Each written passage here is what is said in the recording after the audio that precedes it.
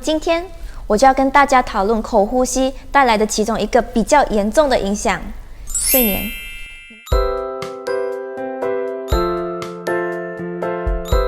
你们家里有没有小朋友在睡觉的时候是打呼或者是磨牙的呢？那打呼和磨牙究竟是正常的吗？小朋友在睡觉时打呼和磨牙不但是不健康的现象，它还是一个危险的警号。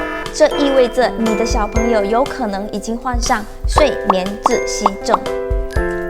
睡眠窒息症到底有什么症状呢？睡眠窒息症除了磨牙、打呼，小朋友在睡觉的时候也有一定的 pattern。是什么 pattern 呢？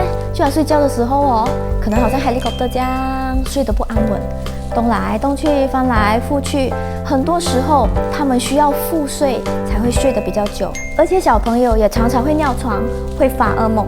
小朋友晚上睡得不好，白天的时候就会比较嗜睡。你会常常看到你家的小朋友不管睡多久，都一直会打哈欠。睡眠素质不好，也会影响到小朋友身体和头脑的发育。呼吸、睡眠、牙齿排列其实呢有着非常密切的关系，而睡眠的症状往往发生在牙齿不齐之前。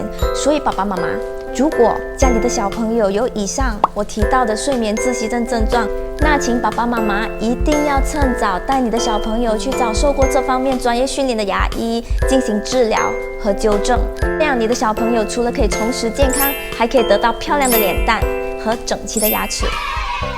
如果你们觉得刚才我分享的资讯对你们有帮助的话，那么请你们点赞、分享，并且打开小铃铛，订阅我们的 YouTube 频道，因为接下来我们将会分享更多关于小孩子健康与牙齿的资讯。谢谢你们，我们下期见。